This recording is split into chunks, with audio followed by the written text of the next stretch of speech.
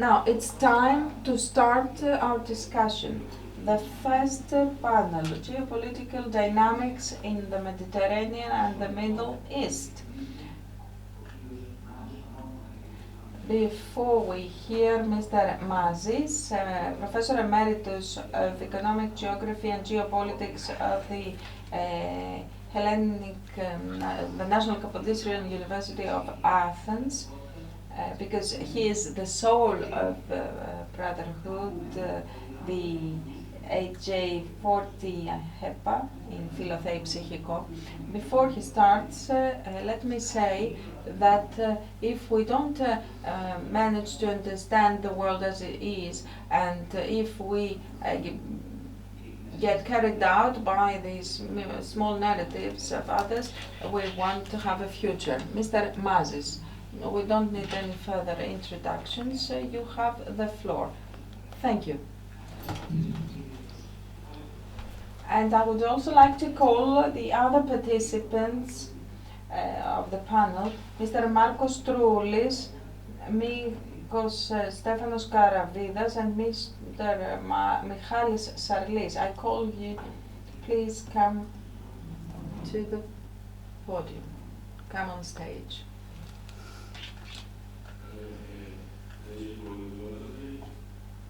Your Reverend, dear friends, first of all, I would like to thank the organizing committee and the chair of this conference for the invitation. I would also like to thank Elisme, the Hellenic Institute for Strategic Studies, for inviting me. We have a long relationship with Elisme and its distinguished representatives. For example, Mr. Matsoukos,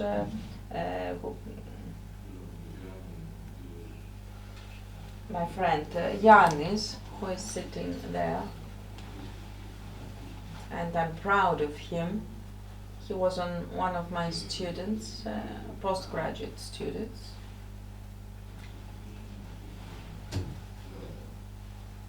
So it's a great pleasure to start this discussion. As you know, I'm not a member of any party, let alone I'm not a member of the Republican Party. I'm trying to be independent.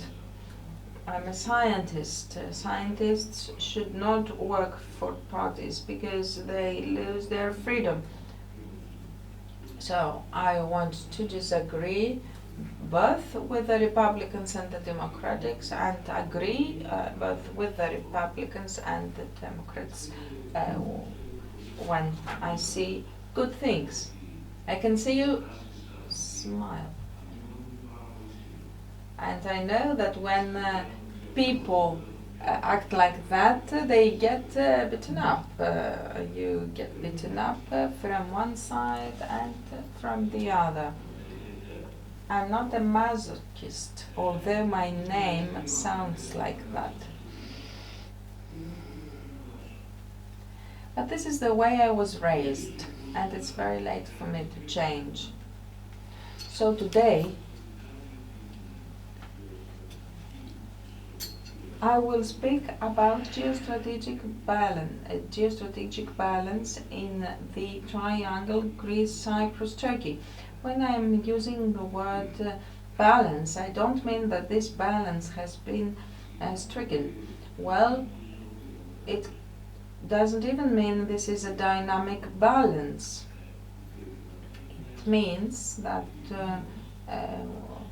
we wish to have a balance between the three poles that I've just mentioned, national and social entities of the Eastern Mediterranean and the Mediterranean as a whole. This is a wish because, as my dear friend Mr. Hydroulou said, I've known him since he was a young child, because I was a good friend of his late father, the ambassador, Mr. Hidroglu, and he was also my colleague in the Ionian University, so I'm very close to him. And I remember I had some fights with your father. So I was happy to have those fights, because it's good to disagree sometimes. Anyway, what I see today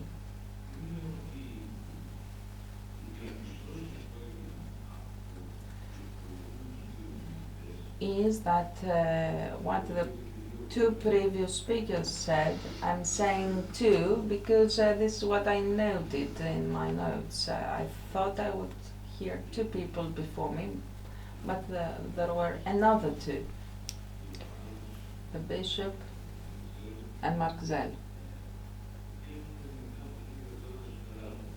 So I've managed to draw some very useful conclusions. We can see that in Cyprus the clergy still holds on to values and national values.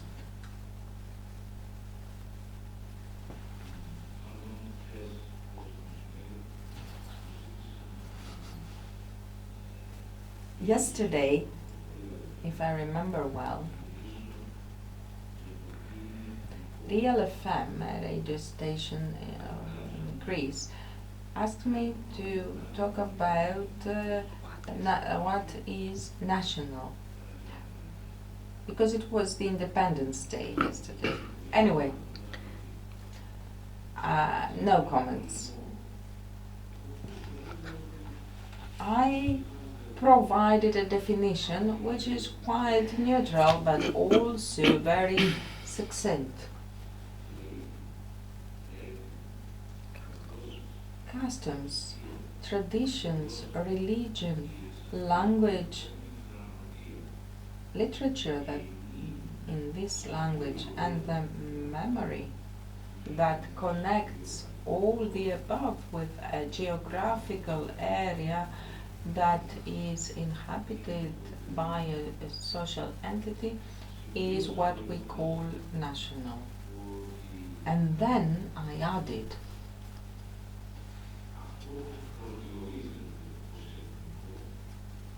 what we define as national has the ability to understand in the same way a threat and a benefit. And I also stressed, because I was asked to, I stressed that the term national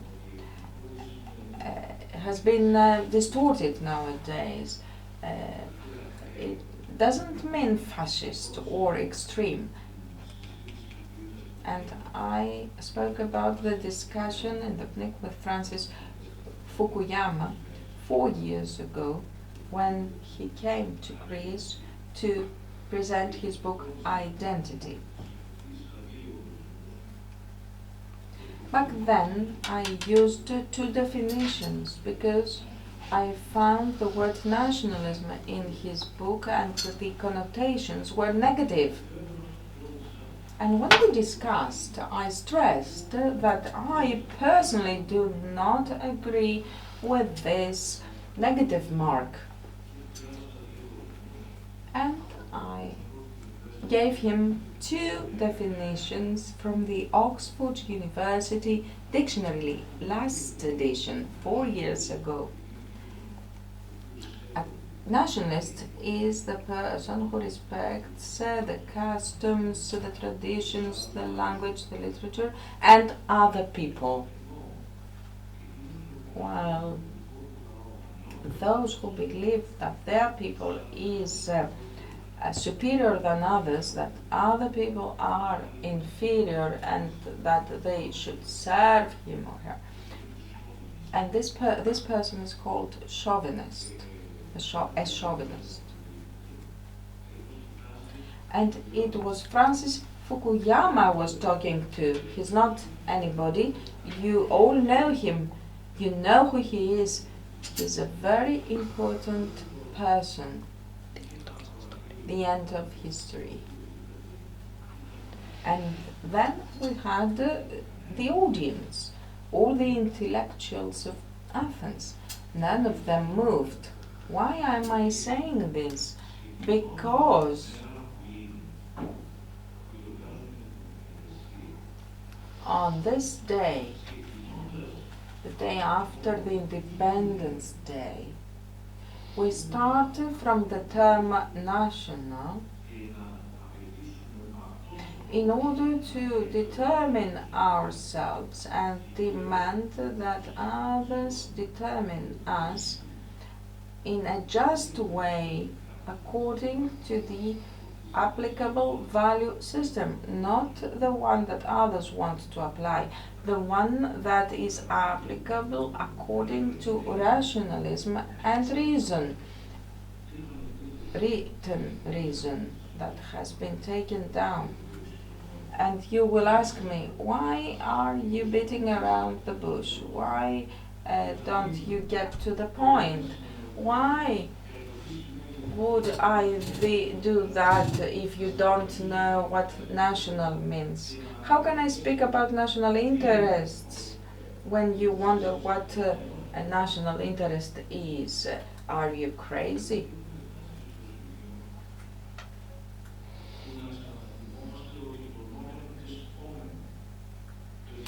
We've come to a point where we have understood that it is important to know what words mean, because we're in this Orwellian society where words do not mean what they mean, and Trump managed to put things in the right order. We realized in Greece finally that we only have two genders. Very recently we realized that, and we also realized that we cannot be subjugates to minorities. And some time ago we had many genders, sexes. And we were determined not to be subjects to the majority. We saw 2 days ago the Archbishop Elpidophoros, who visited the White House, and he said that Donald Trump is a Roman emperor, equal to a Roman emperor, like Constantine the Great. And then I remembered that Elpidophoros was at the head of a demonstration, of a parade for Biden, for the Democrats. So that's why I'm saying we should start with the names and the definitions. Otherwise, we don't know our name or who we are. That's the end of this subject. Let me go straight to the point. So one observes, listening to the statements of main players in this triangle, Greece, Turkey, Cyprus, is, starting from us, from Greece, that recently allows the massacre of Christians, mainly Christians, and other people as well.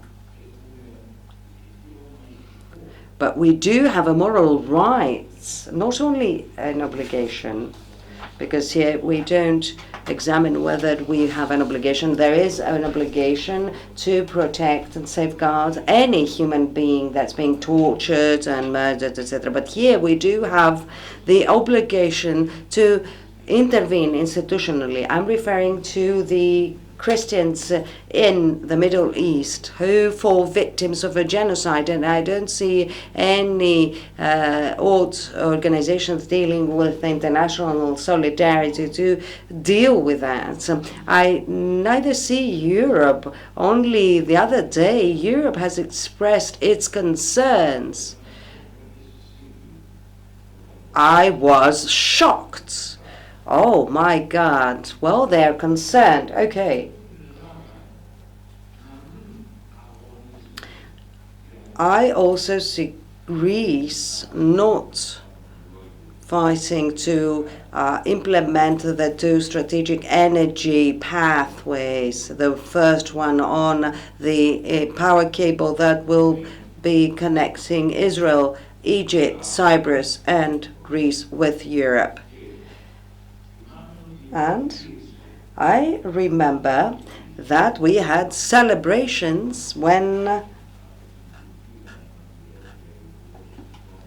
the deputy minister of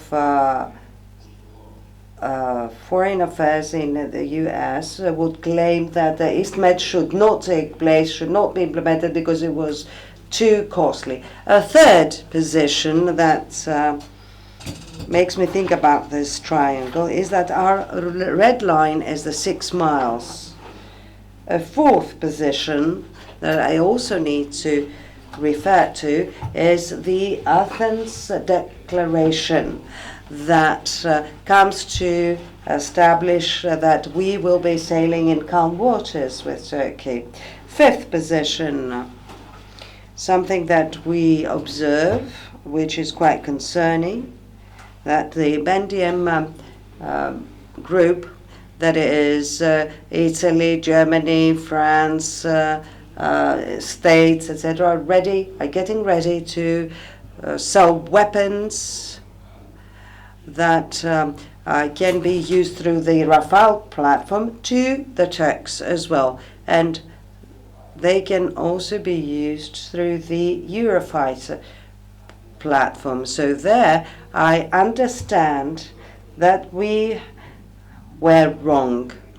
Why was that? Because we didn't introduce any clause in the Rafale purchase agreement in order for weapons to be using similar platforms not to be sold anywhere else in the neighboring regions of Greece that exhibits an aggressive behavior against Greece. Another element that is concerning vis-à-vis this geostrategic behavior and conduct of our country is the fact that although Turkey has submitted 2 maps, the Mavi-Vatan map and the Libyan memorandum map with coordinates to the Oceans and Seas United Nations Department, but in particular this Mavi-Vatan map is the one that could lead to a declaration of an exclusive economic zone. We need to move on to a similar declaration, and we haven't done so. And here comes Europe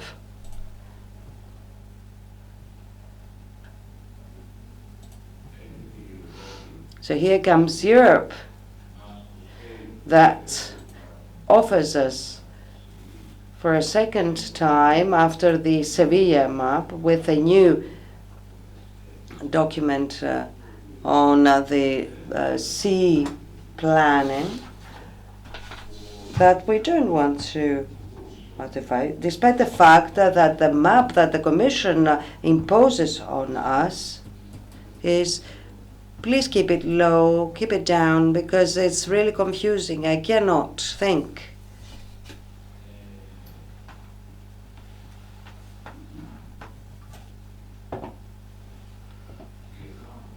I'm getting older and older every day, guys. So,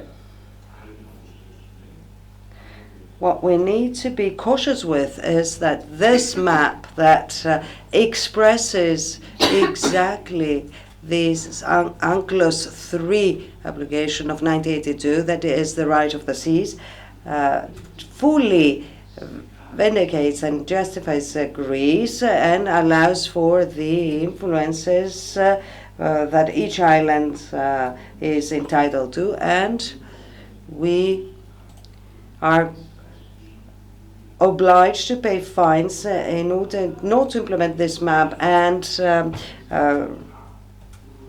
displease Turkey. Oh, okay, we have the Turkish-Libya memorandum, which we claim is inexistent or insubstantial, but it too has been sent to the office of the UN with the full coordinates. So therefore we do have to pay our dues there too. Let's move on to the case of Cyprus. Cyprus has no position, no place in the bilateral talks between Greece and Turkey. We have neglected them, and we only remember them when there are officials visiting Greece or Cyprus. We have forgotten, both we and Cyprus, that Cyprus is under a regime of invasion and occupation.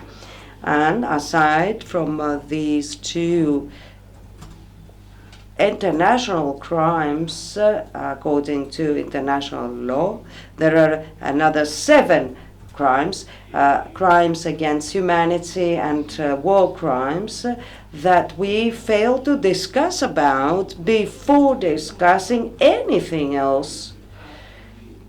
7 plus 2 equals 9 international crimes. On the basis of international law, these cannot be prescribed. However, what do Cyprus and Greece do? They fail to discuss about these. And what else do we try to do?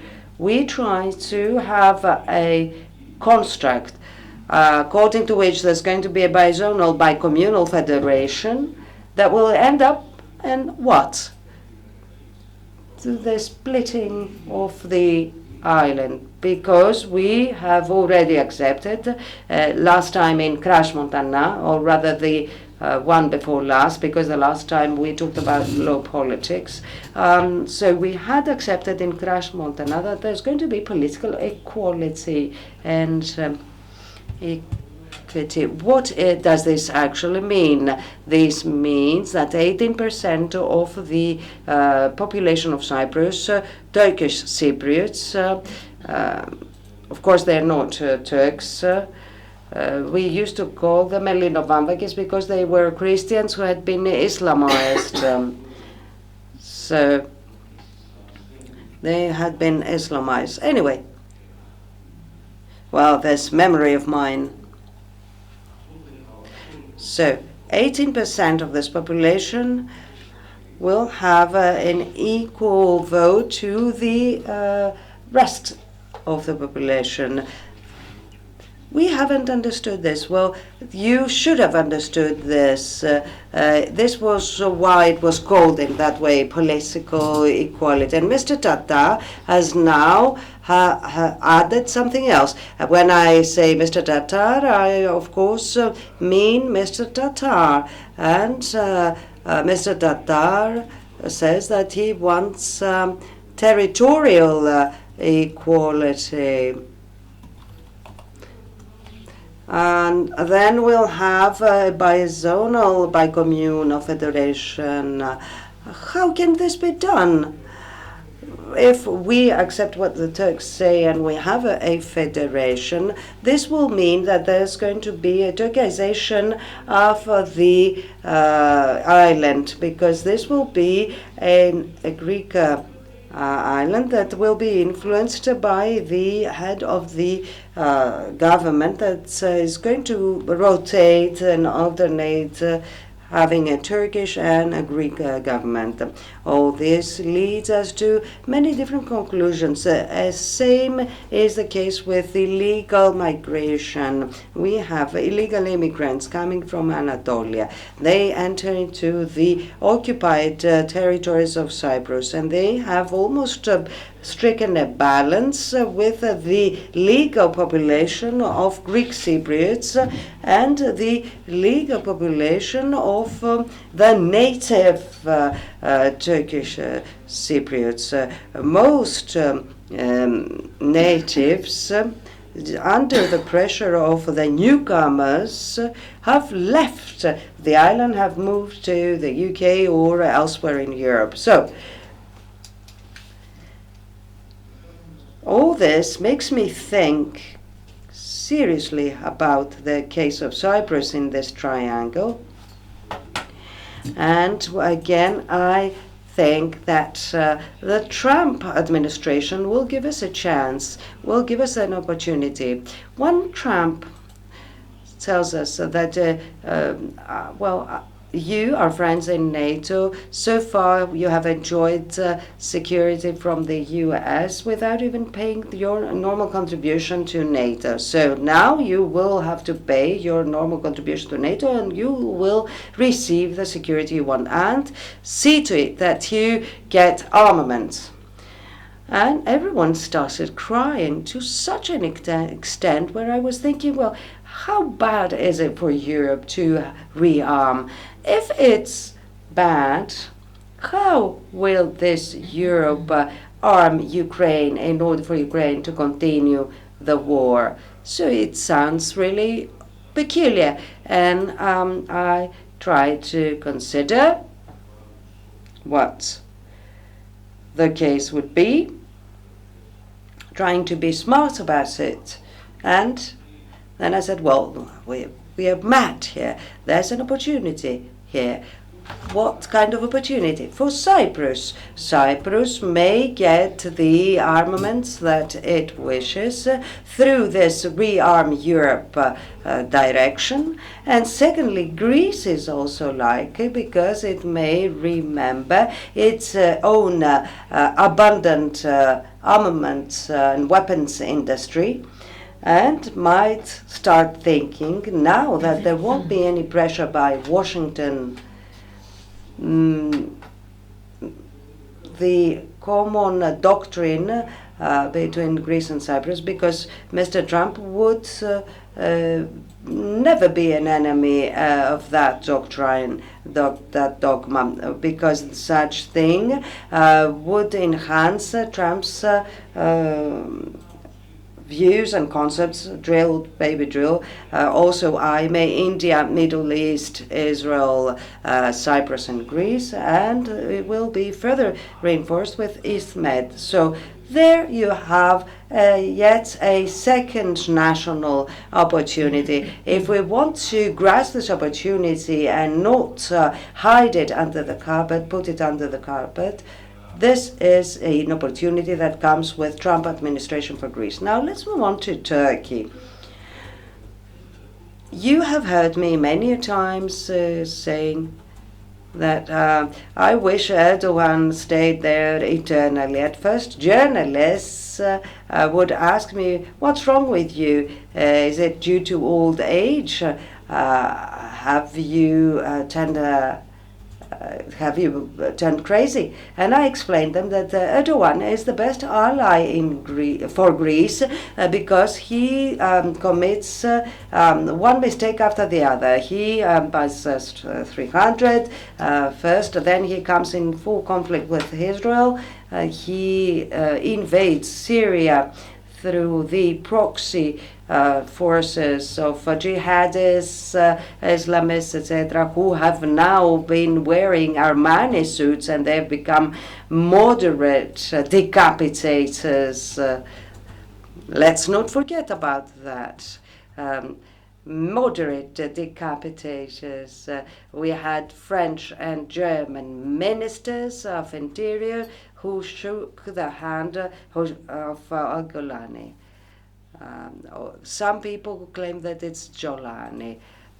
Now tell me, and I refer to our Kurdish friend, have you ever used the term Jolan Highlands? No, it's Golan Heights. So this man from Golan, what is he called? Jolani or Golani, since the accent is Golan Highlands. So this is a person from Golan, so his name is Golani. Moreover, I'd like to point out that the clear-cut Arabic accent spoken in Egypt is k, so we say jihad.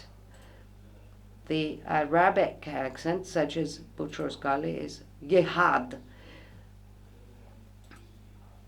We don't say istihad for Korhani, we say al-tahad. Anyway, all this en passant. So let's see what happens to Turkey. Turkey, so far,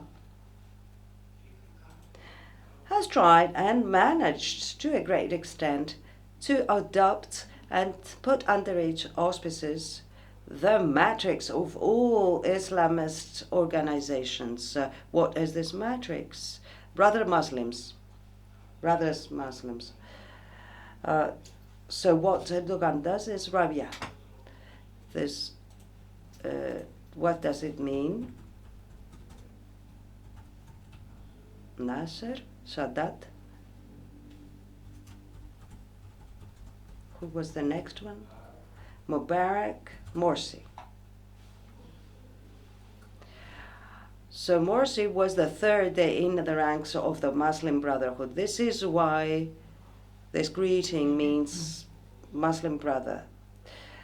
So, close to that, Erdogan does this as well.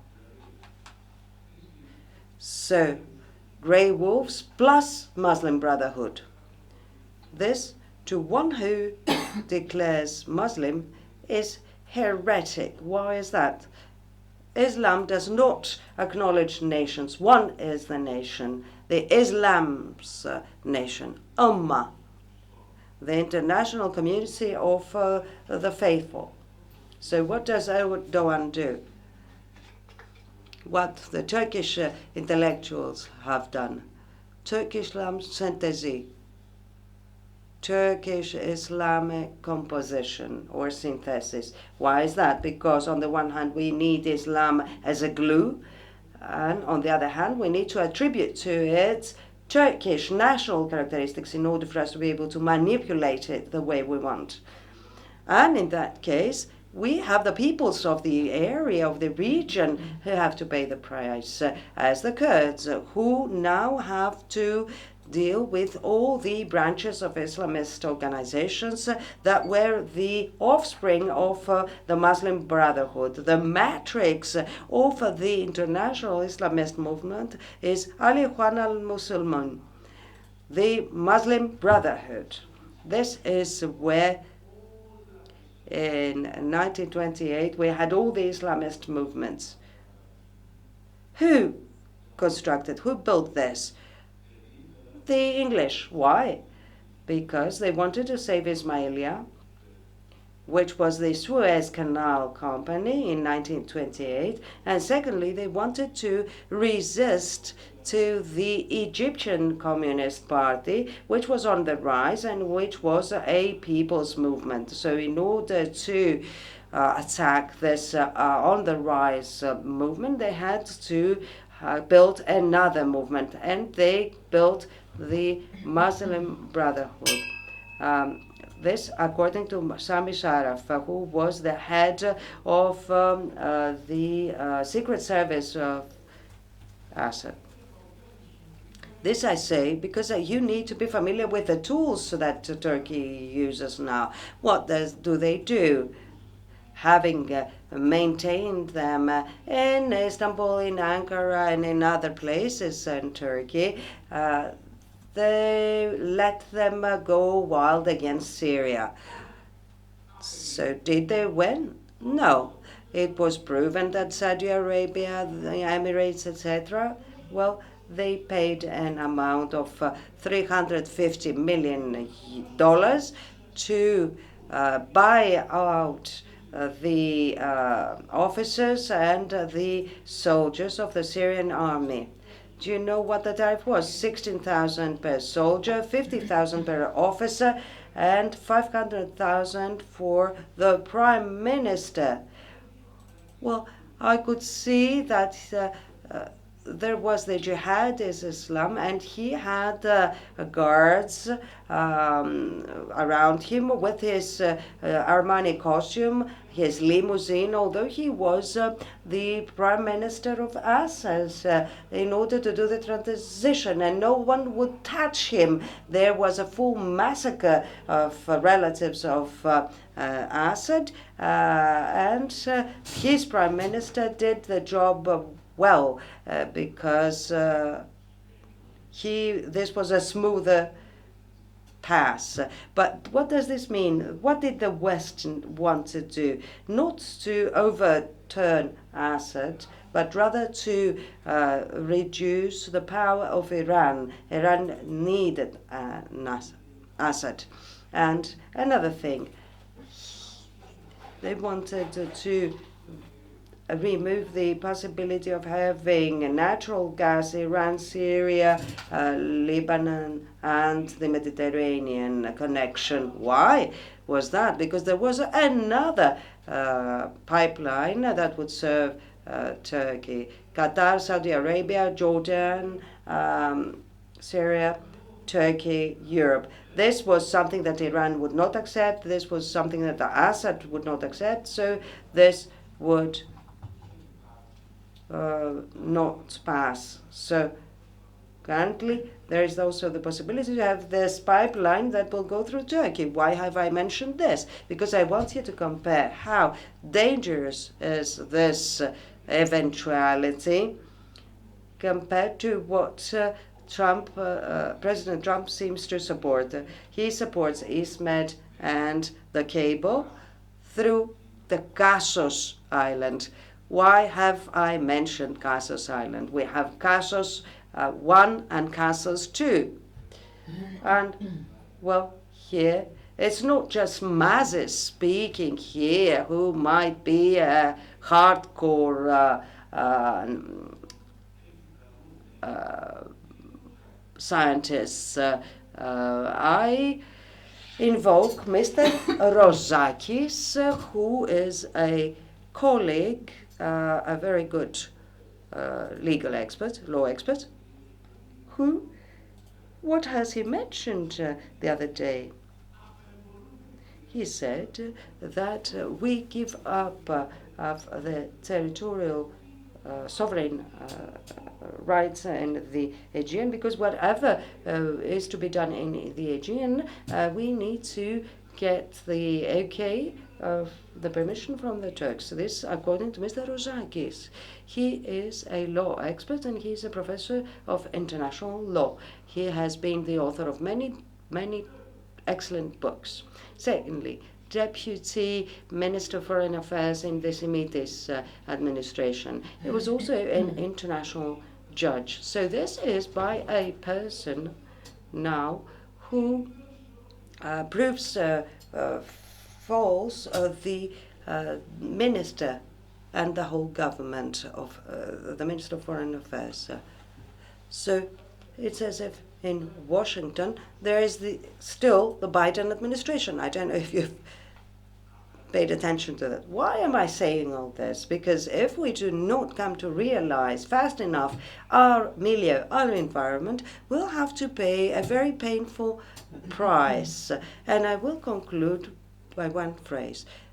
Mr. Trump is an American. He is interested in American national interests and in interests of other countries that converge with American interests. So if Greece, that does have converging interests with Mr. Trump, does not see to it that it follows a specific path and that it claims and asks for the implementation of our own common interests, then I'm really sorry. Mr. Trump is not a charity organization. If one cannot defend what one claims to have, then someone else will do it. Thank you.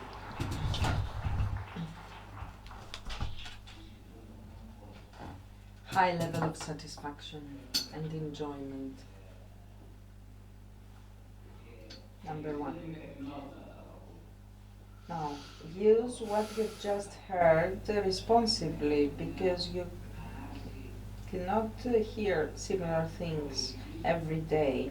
We had a geopolitical analysis which we cannot find in the thousands of shows that I also watch on a daily basis, because I am a journalist. I would love to become a student again. I remember a book with a green cover that you have written. It was given to be my father with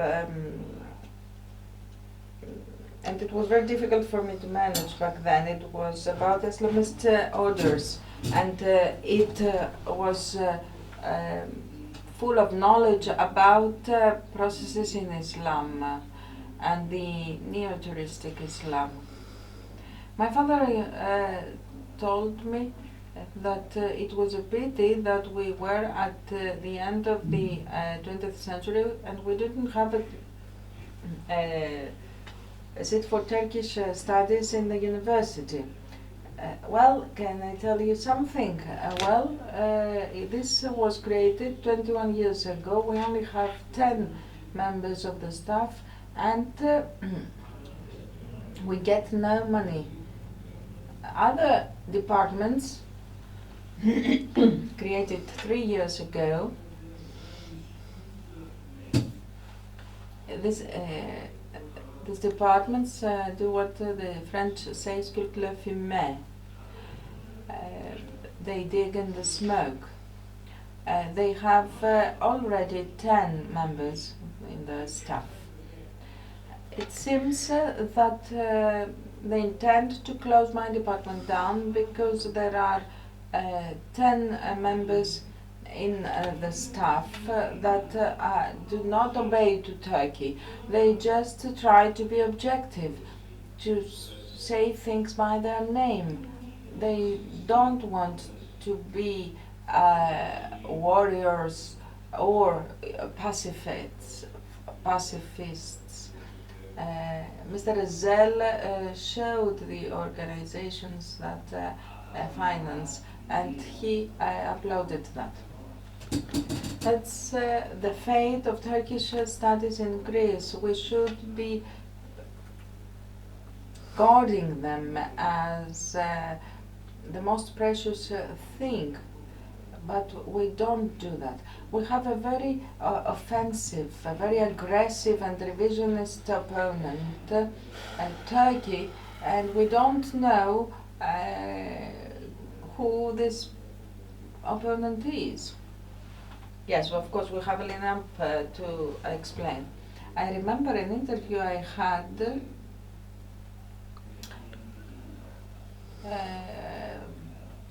and Mr. Kaklamani said that I'm not a proponent of Eliamep. Eliamep today